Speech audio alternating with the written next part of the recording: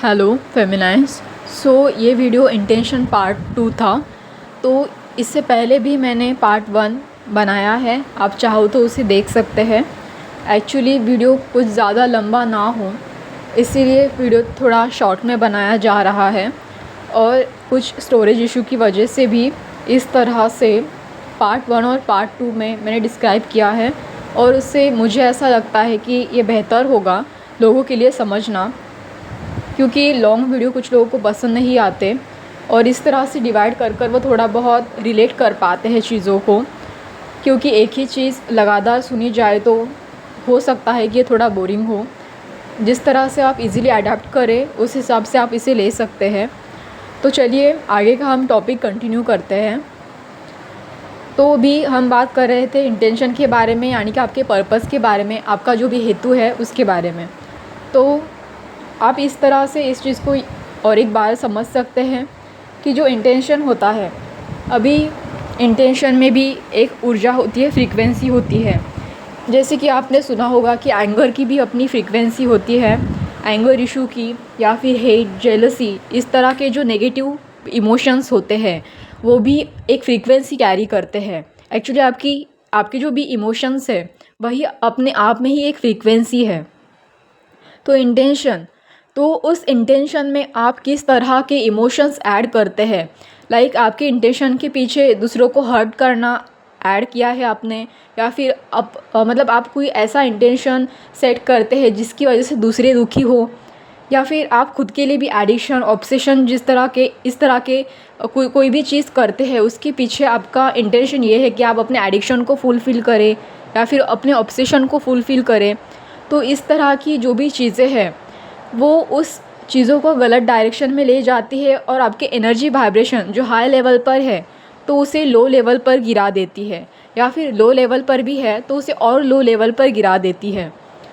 तो ये होता है मैजिक इंटेंशन का। तो मतलब आप थोड़ा सा भी अवेयर रहकर इंटेंशन को ठीक से समझे तो आप अपने इमोशंस के लिए भी अवेयर रह सकते हैं। आपके इंटेंशन सिर्फ आपको मेंटल क्लैरिटी नहीं देते बल्कि आपको इमोशनली भी अवेयर कर सकते हैं। और सिर्फ इतना ही नहीं, अक्सर लोग आपको कहते हैं कि मैनिफेस्टेशन कीजिए, मैनिफेस्टेशन कीजिए। तो मैनिफेस्टेशन क्या है?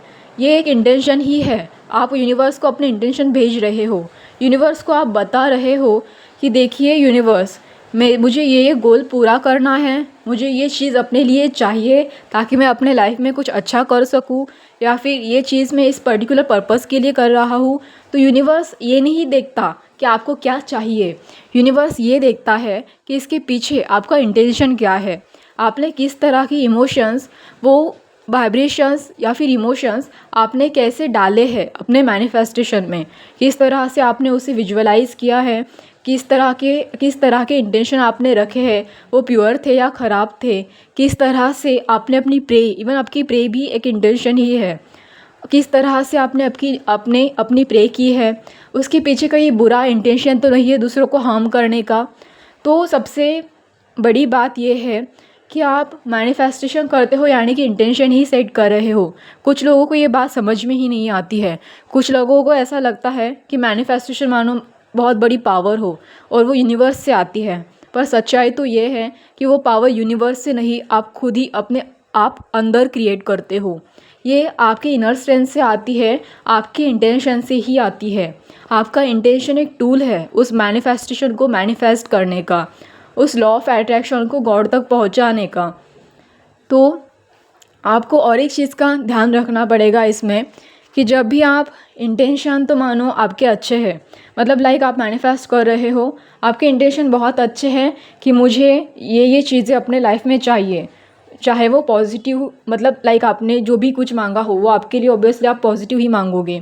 जो भी अच्छा आप चाहते हो दैट इज़ गुड, ठीक है, अच्छा है, काफ़ी अच्छा पॉजिटिव आपने मांग लिया, पर उस इंटेंशन के पीछे जो इमोशंस आपने ऐड कर दिए वो गलत थे। तो उस टाइम पे क्या होता है, वो एक ब्लॉकेज क्रिएट कर देता है। अभी मान लो कि कुछ लोग कहते हैं कि मैनिफेस्टेशन के टाइम सेल्फ डाउट मत करो, चीज़ों को चेस मत करो, या फिर उसके लिए ऑब्सेशन मत रखो। तो इसका क्या मतलब है कि आप गलत इमोशंस की उस इंटेंशन के पीछे ऐड मत कर दो। तो उसकी वजह से ब्लॉकेजेस जो है वो क्रिएट हो जाएंगे। तो उसके पीछे अच्छे इमोशंस ऐड कर दो।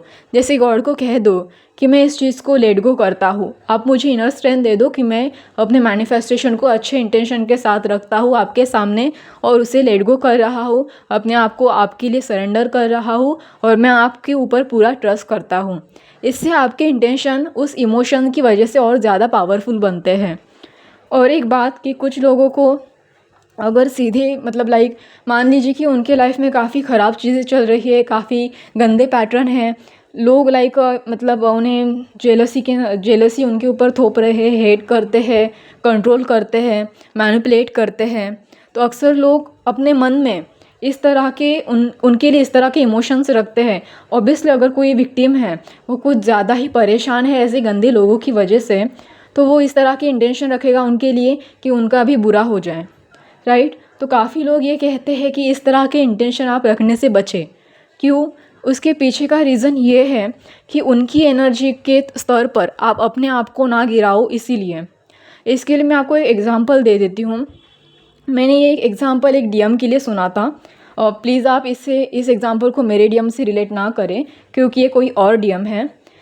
एक्चुअली उस डीएम का प्रॉब्लम ये था कि उसके जो फादर थे वो नार्सिसिस्टिक थे, और जिस तरह से अकॉर्डिंग मैंने उसकी स्टोरी सुनी थी, तो उसके जो फादर थे वो नार्सिसिस्टिक थे बचपन से ही। तो उसने उस गलत चीज़ों को ही अपने अंदर रख लिया, मतलब उनके लिए हेट रखा। मतलब वो उनका इतना हिट करता था, इतना हिट करता था, जिस तरह से उसने अपने नार्सिसिस्टिक फादर को, अपने मदर को टॉर्चर करते हुए देखा, तो उसे बहुत ख़राब फील होता था। अभी वो छोटे से उम्र में इतनी सारी नेगेटिव चीज़ें देखता था, तो उसने इतना हेट पाल लिया उस छोटे से उम्र में कि उसके सबकॉन्शियस माइंड में वो जाकर बैठा। और जब ऐसा हुआ तो बड़ा होने पर वो अपने फेमिनाइन को भी उसी तरह से ट्रीट करने लगा जिस तरह से उसके पापा उसकी मम्मी को ट्रीट करते थे। रीज़न क्या है? सिर्फ हेट। मतलब आपने वो जो इंटेंशन रखा उनके लिए कि ये इतने ख़राब है, इस तरह के थॉट्स उनके लिए क्रिएट किए। बहुत ज़्यादा उसने अपने फादर के नेगेटिव बिहेवियर पे इतना फोकस किया कि उसने जो इंटेंशन बार बार अपने फादर के लिए सेट किए थे, बार बार उनके उस बिहेवियर के लिए गलत सोच के वो खुद ही उनकी तरह बनता गया। उसने मतलब अपने सबकॉन्शियस माइंड में इतना वो नेगेटिव बिहेवियर बिठा लिया कि ऑटोमेटिकली एक बड़े होने पर वो उस चीज़ को भूल ही गया कि उससे एक्चुअली तो उस पैटर्न को तोड़ना था, ना कि उसे कैरी फॉरवर्ड करना था। पर कुछ लोग ये समझ ही नहीं पाते और अनकॉन्शियसली उस पैटर्न को कैरी फॉरवर्ड करते हैं। मतलब उसे ब्रेक करने की जगह किसी और को सेम वो वही पैटर्न कैरी कर किसी और को परेशान करते हैं। अब डीएम को तो पहले बहुत बुरा लग रहा था अपनी माँ के लिए, पर अब वही चीज़ वो अपने फेमिनाइन के लिए जब कर रहा था, और जब उस फेमिनाइन ने उसे मिरर किया, देन ही रियलाइज़ कि उसने काफ़ी गलत किया। वो वही पैटर्न दोहरा रहा था जो उसके नार्सिसिस्टिक फादर ने कभी अपने मदर के लिए किया था। तो इस तरह के हर जर्नी एक दूसरे से अलग होती है। तो उसमें इंटेंशन वाकई मैटर करता है। उसने अगर अपने पापा का हेट करने की बजाय सिर्फ अपनी माँ का ख्याल रखना चूज़ किया होता, या अपने आप को नर्चर करना चूज़ किया होता, या फिर गॉड के सामने ये इंटेंशंस रखता कि मुझे या मेरी माँ को, दोनों को भी उस ख़राब पर्सन से आप बचाओ, ऐसा इंटेंशन सेट कर रखा होता, या फिर अपने आप को सिर्फ उस ख़राब सिचुएशन में मैं हमेशा सिर्फ एक प्योर सोल बन के रहूँगा, मैं इस तरह से कभी भी कुछ नहीं करूँगा, ये इंटेंशन अगर वो अपने माइंड में फिट करके रखता, तो उसका सबकॉन्शियस माइंड उस गलत चीज़ों को, गलत एनर्जी को कैरी ही नहीं करता, और हो सकता है कि वो उस पैटर्न को कैरी फॉरवर्ड करने से बच जाता। पर उसने ये पैटर्न रिपीट किया। इसीलिए किसी का इतना भी हेट नहीं करना चाहिए कि हम बिल्कुल उसकी तरह ही बन जाए, उसके लेवल पर आके गिर जाए। और अनकॉन्शियसली, मतलब ऑब्वियसली उसने जानबूझ के तो नहीं किया, पर उसने जो बचपन से देखा था वही वो बड़ा होके बनता चला गया, तो अनकॉन्शियसली हम ऐसा करने लग जाते हैं। इसीलिए आपको इस बात का ध्यान देना है कि अनकॉन्शियसली आप वो पैटर्न फॉलो ना करें और उनके लेवल पर, उनके एनर्जी स्तर पर जाके ना गिरे। हाँ, अक्सर ऐसा लोग करते हुए ज़्यादातर हमें सोसाइटी में दिखते हैं कि कोई आके उन पर अपनी नेगेटिव एनर्जी थोपता है, और वो वही नेगेटिव एनर्जी किसी और पर जाकर थोपते हैं, और फिर से वो तीसरा पर्सन वही नेगेटिव एनर्जी किसी चौथे पर जाकर फेंकता रहता है। तो ये क्या है? ये कैरी फॉरवर्ड ही है। वो अपने पैटर्न को आगे आगे बढ़ा रहे हैं। अभी इसके पीछे किसी का भी इंटेंशन अच्छा नहीं है, वो ये सब कुछ अनकॉन्शियसली कर रहे हैं। मतलब यानी कि वो अवेयरनेस में है ही नहीं, उन्हें अपनी इमोशंस की भी अवेयरनेस नहीं है, यहाँ तक कि उन्होंने ये एक्शन करते टाइम किस तरह की इंटेंशन सेट की है उन्हें इसकी भी अवेयरनेस नहीं है। जब भी आप खुद का एनालिसिस करो अकेले बैठ के आइसोलेशन मोड में या मेडिटेशन में, तो सबसे पहले आप अपने किए गए कामों के इंटेंशन चेक करो। तब आपको पता चलेगा कि आप कौन से गलत पैटर्न फॉलो कर रहे हो, जो भी एक्शन कर रहे हो, यहाँ तक कि किसी की नेगेटिविटी झेलना, किसी की नेगेटिविटी, किसी के कंट्रोल के अंडर रहना, ये सारी चीज़ों के पीछे आपका खुद का इंटेंशन क्या है, वो आप क्यों कर रहे हैं। तब आपको पता चलेगा कि वाकई ही आप सही कर रहे हैं या नहीं। तो आपको पता चलेगा कि आपको कौन से पैटर्न ब्रेक डाउन करने हैं, कौन से चीज़ों को ठीक करना है, वरना आप वही पैटर्न सिमिलर उस बेवकूफ़ लोगों की तरह ही कैरी फॉरवर्ड करते जाओगे और उस पैटर्न में फंसते जाओगे। तो इंटेंशन एक तरह से आपको अवेयरनेस दिलाएगा उस पैटर्न को ब्रेक डाउन करने में, और ये आपकी जर्नी को बिल्कुल 360 डिग्री टर्न कर सकता है। मतलब इजीली आपको लेसन्स लर्न करवा के अवेयरनेस में रह के, मतलब प्रेजेंट मोमेंट में उस चीज़ों को समझने के लिए, आपको उस चीज़ों को तोड़ने के लिए मदद कर सकता है। उस पैटर्न को रिमूव करने के लिए आपको ये इंटेंशन बहुत हेल्प कर सकता है, ताकि आप वही पैटर्न दोबारा ना कैरी फॉरवर्ड कर दो या फिर दोबारा वही गलती फिर से ना दोहराओ। ओके।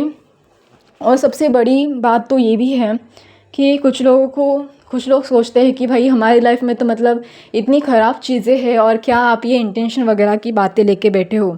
पर सच्चाई तो ये है कि लोग जल्दी से जल्दी अच्छी चीज़ों को एक्सेप्ट नहीं करना चाहते।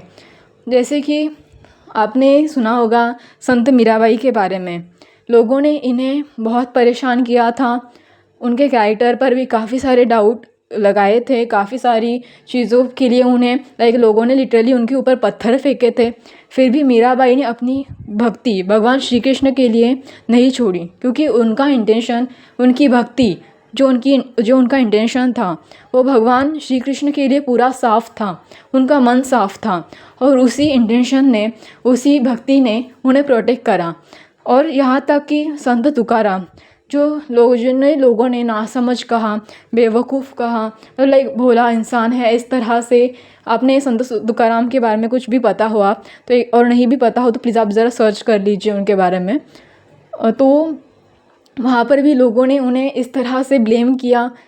दुष्काल जब उनके यहाँ पर चल रहा था तो उन्होंने लोगों को धान्य बांट दिया, तो उनकी वाइफ उन्हें काफ़ी चिल्लाती थी, उनकी स्टोरी थोड़ी बहुत आप प्लीज़ देख लीजिए। तो ऐसे टाइम पे फिर भी उन्होंने अपना इंटेंशन हमेशा अच्छा रखा, अपना इंटेंशन लोगों के लिए अच्छा रखा, कभी उन्होंने किसी का भी ख़राब या बुरा करने का नहीं सोचा। इवन कालिदास, उन्हें भी लोगों ने एक बेवकूफ़ इंसान की तरह, मतलब उनकी जो वाइफ थी, जो राजकुमारी थी, उन्होंने उन्हें बेवकूफ़ कहकर ट्रीट किया, पर उन्होंने फिर भी अपने आप को एक अच्छा बेहतर इंसान बनाना नहीं छोड़ा। तो ये होते हैं इंटेंशन जो अच्छे लोगों के होते हैं। ये कुछ ऐसे संत हैं जिनके इंटेंशन अच्छे थे।